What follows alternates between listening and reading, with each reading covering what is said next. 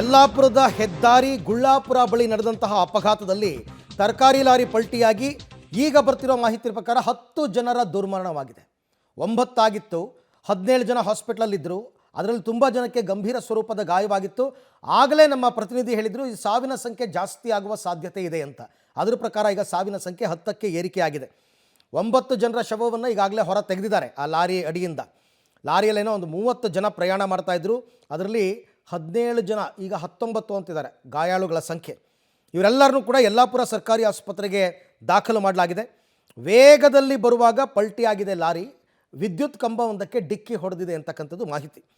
ಈ ಮೃತಪಟ್ಟವರೆಲ್ಲರೂ ಹಾವೇರಿಯ ಸವಣೂರಿನವರು ಅಂತಕ್ಕಂಥದ್ದು ಕೂಡ ಗೊತ್ತಾಗಿದೆ. ಆ್ಯಕ್ಚುಲಿ ಒಂದು ಸಂತೆ ಇರುತ್ತೆ, ಆ ಸಂತೆಗೆ ಇವರು ತರಕಾರಿ ಮತ್ತು ಹಣ್ಣೆಲ್ಲ ತುಂಬಿಕೊಂಡು ಲಾರಿನಲ್ಲಿ ಹೋಗ್ತಾಯಿದ್ರು. ಇವರೆಲ್ಲ ರಾಯಚೂರು ಕಡೆಯಿಂದ ಹೋಗ್ತಾಯಿದ್ರು. ಹೋಗಬೇಕಾದ್ರೆ ಬೆಳಗಿನ ಜಾವ ಮಂಪರು ಸ್ಥಿತಿ ಇರುತ್ತೆ, ನಿದ್ದೆ ಬರ್ತಾ ಇರುತ್ತೆ. ಅಂಥ ಟೈಮ್ನಲ್ಲಿ ಓವರ್ ಸ್ಪೀಡ್ನಲ್ಲಿ ಹೋದರೆ ಕಂಟ್ರೋಲ್ ಎಲ್ಲಿ ಸಿಗುತ್ತೆ?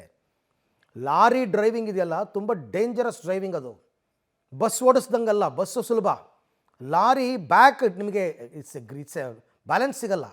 ಅಂಥ ಟೈಮ್ನಲ್ಲಿ ಈ ದುರ್ಘಟನೆ ಸಂಭವಿಸಿದೆ. ಓಕೆ, ಈ ಎಲ್ಲ ವಿಚಾರಕ್ಕೆ ಸಂಬಂಧಪಟ್ಟಂತೆ ಮಾಹಿತಿಯನ್ನು ಪಡೆಯೋಣ. ನನ್ನ ಇಬ್ಬರು ಕೊಲೀಗ್ಸ್ ನನ್ನ ಜೊತೆ ಇವಾಗ ನೇರ ಸಂಪರ್ಕಕ್ಕೆ ಸಿಗಿದ್ದಾರೆ.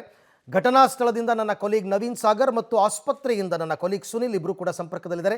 ಮೊದಲಿಗೆ ನವೀನ್ ಅವರಿಂದ ಮಾಹಿತಿ ಪಡ್ಕೋತೀನಿ. ಎಸ್ ನವೀನ್, ಈಗ ಆಕ್ಸಿಡೆಂಟ್ ಆದ ಸ್ಪಾಟ್ನಲ್ಲೇ ತಾವಿದ್ದೀರಾ ಅಂತ ಎಕ್ಸ್ಪ್ಲೈನ್ ಮಾಡ್ಬೋದಾ, ಹೇಗಾಯಿತು ಈ ದುರ್ಘಟನೆ ಅಂತ ಅಂದ್ಬಿಟ್ಟು? ಖಂಡಿತವಾಗಿ ನೀವು ನೋಡ್ಬೋದು, ಈ ಭಾಗದಲ್ಲಿ ಲಾರಿ ಆಕ್ಸಿಡೆಂಟ್ ಆದ ಸಂದರ್ಭದಲ್ಲಿ ಪಲ್ಟಿಯಾದ ಸ್ಥಳ ಇದು. ಈ ಭಾಗ ಆಗ್ತದೆ ಪಲ್ಟಿ ಆದ ಸಂದರ್ಭದಲ್ಲಿ ಸ್ಥಳದಲ್ಲಿಯೇ 9 ಜನರು ಸಾವಾಗ್ತದೆ. ಯಾಕೆಂತಂದ್ರೆ ಲಾರಿಯ ಹಿಂಭಾಗದಲ್ಲಿ ಸುಮಾರು 29ಕ್ಕೂ ಹೆಚ್ಚು ಜನರು ಇದ್ರು. ಲಾರಿ 29ಕ್ಕೂ ಹೆಚ್ಚು ಜನರು ಇದ್ರು.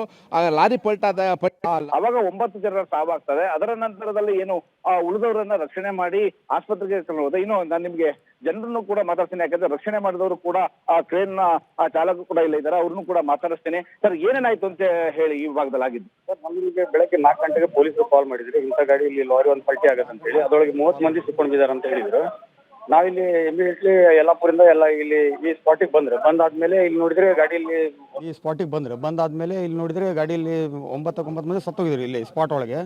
ಅದರೊಳಗೆ ಮಿಕ್ಕಿದೆಲ್ಲ ಪೊಲೀಸರೆಲ್ಲ ಸೇರಿ ಅವರೆಲ್ಲ ಹಾಸ್ಪಿಟಲ್ ಕಳ್ಸ್ಕೊಟ್ರು ಯಲ್ಲಾಪುರಕ್ಕೆ.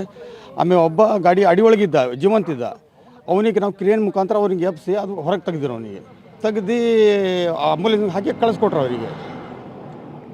ಇನ್ನು ಈ ಭಾಗದಲ್ಲಿ ಮೊದಲನೇ ಘಟನೆ ಆಗಲಿಕ್ಕೆ ಕಾರಣ ಅತಿ ವೇಗದಲ್ಲಿ ಲಾರಿಯನ್ನು ಚಾಲನೆ ಮಾಡಿರೋದು. ಹೀಗಾಗಿ ಇದರಿಂದಾಗಿ ಅವಘಡ ಆಗಿದ್ದಾವೆ. ಅದರಲ್ಲಿಯೂ ಲಾರಿ ಹಿಂಭಾಗದಲ್ಲಿದ್ದಂತಹ 9 ಜನರು ಸ್ಥಳದಲ್ಲಿಯೇ ಸಾವನ್ನಪ್ಪಿದ್ರು. ಒಟ್ಟು 10 ಜನರ ಸಾವಾಗಿರುವಂಥದ್ದು. ಅರವಿಂದ, ಇನ್ನು ಉಸ್ತುವಾರಿ ಕೂಡ ಮುರುಗೇಶ್ ಅವರು ಇದ್ದಾರೆ, ಅವ್ರನ್ನು ಕೂಡ ಮಾತಾಡಿಸ್ತೀನಿ. ಸರ್, ಇಲ್ಲಿ ಯಾವ ರೀತಿ ಸ್ಥಿತಿ ಇದೆ ಈಗ?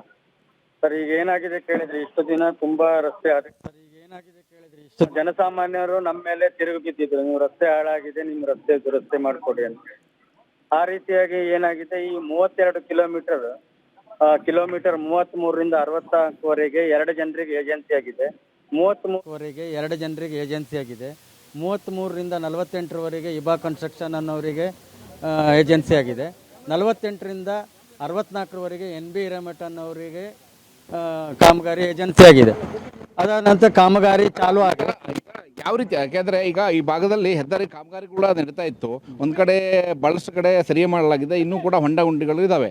ಅದರಲ್ಲಿ ಹಿಂದೆ ಇದೇ ಭಾಗದಲ್ಲಿ ಭಾಳಷ್ಟುಗಳು ಅಪಘಾತಗಳಾಗಿದ್ವು. ಈ ನಿನ್ನೆ ಅಪಘಾತ ಹೇಗಾಯಿತು ಅಂತ? ಹೇಗಾಯ್ತು ಅಂತ ಅತಿಯಾದ ವೇಗ, ಒಂದು ರಸ್ತೆ ಕಾಮಗಾರಿ ಎಲ್ಲ ಚೆನ್ನಾಗಾಗಿ ಓಡಾಡಲಿಕ್ಕೆ ಅನುವು ಮಾಡಿಕೊಟ್ಟಿದ್ದೇವೆ. ಈ ಹಿಂದೆ ನಾವು ರಸ್ತೆ ಕಾಮಗಾರಿ ಮಾಡಬೇಕಾದ್ರೆ ನಮ್ಮ ಕಾರ್ಮಿಕನ ಮೇಲೆ ಇದೇ ರೀತಿ ಅತಿಯಾದ ವೇಗದಿಂದ ಬಂದು ನಮ್ಮ ಕಾರ್ಮಿಕ ಸ್ಥಳದಲ್ಲೇ ಸಾವನ್ನಪ್ಪಿದ.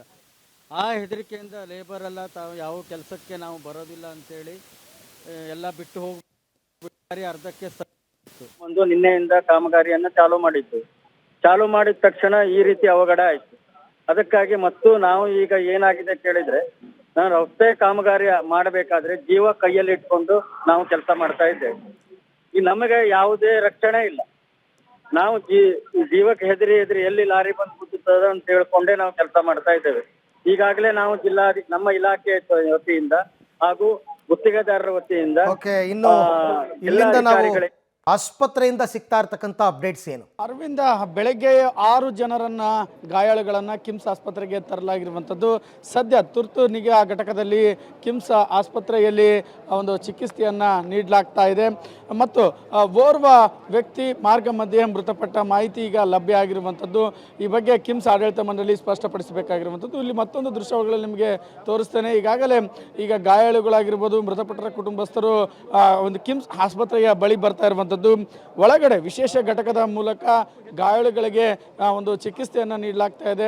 ನಿರ್ದೇಶಕರಾದಂಥ SF ಕಮಾರ್ ಅವರ ತಂಡದ ವೈದ್ಯರು ಒಂದು ಚಿಕಿತ್ಸೆಯನ್ನು ನೀಡಲಾಗ್ತಾ ಇದೆ. ಆದರೆ ಎಲ್ಲೋ ಒಂದು ಕಡೆ ಸಕಾಲದಲ್ಲಿ ಚಿಕಿತ್ಸೆ ದೊರೆತಿಲ್ಲ, ಸಕಾಲದಲ್ಲಿ ಆಡಳಿತ ಮಂಡಳಿ ಒಂದು ಗಾಯಾಳುಗಳಿಗೆ ಸ್ಪಂದನೆ ಮಾಡಿಲ್ಲ ಅನ್ನೋ ಆರೋಪಗಳನ್ನು ಕೂಡ ಕುಟುಂಬಸ್ಥರು ಆಕ್ರೋಶದ ಮೂಲಕ ಹೊರಹಾಕ್ತಾ ಇರುವಂಥದ್ದು. ಬೆಳಗ್ಗೆ 6 ಗಂಟೆಯಿಂದಲೂ ಕೂಡ ಕೇವಲ ಡಾಕ್ಯುಮೆಂಟ್ಸ್ ತಂಬರಿ ಮತ್ತು ಆ ದಾಖಲೆಯನ್ನು ತೋರಿಸ್ತಿ ಅನ್ನೋ ಮೂಲಕ ಒಂದು ನಿರ್ಲಕ್ಷ್ಯ ಧೋರಣೆಯನ್ನು ತೋರ್ತಾ ಇದ್ದಾರೆ ಅನ್ನೋದು ಕುಟುಂಬಸ್ಥರ ಒಂದು ಆರೋಪ ಇರುವಂಥದ್ದು. ಸೊ ಅವ್ರನ್ನ ಮಾತಾಡಿಸುವಂಥ ಪ್ರಯತ್ನ ಮಾಡ್ತೀನಿ.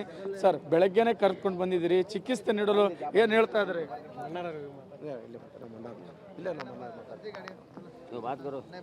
ಎಷ್ಟು ಜನ ಬಂದಿರಿ ಸರ್? ಎಷ್ಟು ಸಂಬಂಧಿಕರು ತಮ್ಮಲ್ಲಿ?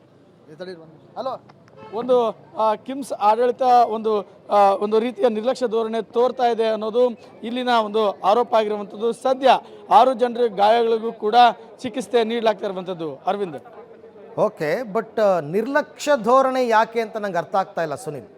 ಯಾಕೆ ಅಂತ, ಈಗ ಎಮರ್ಜೆನ್ಸಿ ಟ್ರೀಟ್ಮೆಂಟ್ ಬೇಕಾಗಿರ್ತಕ್ಕಂಥದ್ರಿಂದನೇ ಅವ್ರನ್ನೆಲ್ಲರನ್ನೂ ಕಿಮ್ಸ್ ಕರ್ಕೊಂಡು ಬಂದಿರೋದು. ಅಂಥ ಸಂದರ್ಭದಲ್ಲಿ ಮ್ಯಾಕ್ಸಿಮಮ್ ಎಫರ್ಟ್ ಹಾಕಿ ಜೀವ ಉಳಿಸೋ ಕೆಲಸ ಮಾಡಬೇಕು. ಯಾಕಿಷ್ಟು ನಿರ್ಲಕ್ಷ್ಯ ಅಂತ ನನ್ನ ಪ್ರಶ್ನೆ. ಅರವಿಂದ್, ಪದೇ ಈ ಒಂದು ವಿಚಾರದಲ್ಲಿ ಕಿಮ್ಸ್ ಎಡವಟ್ಟು ಮಾಡಿಕೊಳ್ತಾ ಇದೆ ಅಂತಲೇ ಹೇಳ್ಬೋದು. ಯಾಕಂದರೆ ಒಂದು ರೀತಿಯ ಯಾವುದೇ ಪ್ರಿಪ್ರೇಷನ್ ಇರೋದಿಲ್ಲ ಆ ರೋಗಿಗಳನ್ನು ಕರೆತಂದಾಗ. ಮತ್ತೊಂದು ಕಡೆ ಇಲ್ಲಿನ ಒಂದು ಸಿಬ್ಬಂದಿ ಕೆಲಸಕ್ಕೆ ಬರೋದಿಲ್ಲ, ನೈಟ್ ಶಿಫ್ಟಲ್ಲಿ ಬೇರೆ ಇರ್ತಾರೆ. ಸೊ ಈ ರೀತಿಯಾಗಿ ನಡೆಯುತ್ತೆ ಅನ್ನೋ ನಿರ್ಲಕ್ಷ್ಯ ಧೋರಣೆ ಪದೇ ಕಾಣ್ತಾ ಇರುವಂಥದ್ದು. ಮತ್ತೊಂದು ಕಡೆ ಏನಂದರೆ, ಒಂದು ರೀತಿಯ ಎಲ್ಲ ರೀತಿಯ ಪೇಷಂಟ್ಗಳು ಇಲ್ಲಿಗೆ ಬರೋದ್ರಿಂದ ವ್ಯವಸ್ಥೆ ಕೂಡ ಒಂದು ರೀತಿಯಲ್ಲಿ ಆಗ್ತಾ ಇರುವಂಥದ್ದು. ಸೊ ಬಗ್ಗೆ ಜಿಲ್ಲಾಡಳಿತ ಕೂಡ ಕೆಲವು ಹಿಂದಗಳಿಗೆ ಸ್ಪಷ್ಟನೆಯನ್ನು ಪಡಿಸಿತ್ತು. ಸೊ ಹೀಗಾಗಿ ಈ ಬಗ್ಗೆ ಕಿಮ್ಸ್ ನಿರ್ದೇಶಕರು ಈಗ ಮಾಹಿತಿ ನೀಡಬೇಕಾಗಿರುವಂಥದ್ದು. ಪದೇ ಕಿಮ್ಸ್ ಈ ರೀತಿ ಅಡ್ವರ್ಟ್ ಮಾಡ್ಕೊಳ್ತಾದ್ರಿಂದ ಅಮಾಯಕರ ಪ್ರಾಣ ಹೋಗ್ತಾ ಇರುವಂಥದ್ದು. ಈ ಬಗ್ಗೆ ಸರ್ಕಾರವು ಕೂಡ ಗಮನಕ್ಕೆ ತೆಗೆದುಕೊಳ್ಬೇಕಾಗಿದೆ. Arvind, okay, thank you Sunil ತಮ್ಮೆಲ್ಲ ಮಾಹಿತಿಗೆ. ಹಾಗೆ ನವೀನ್, ತಮಗೂ ಕೂಡ ಧನ್ಯವಾದ.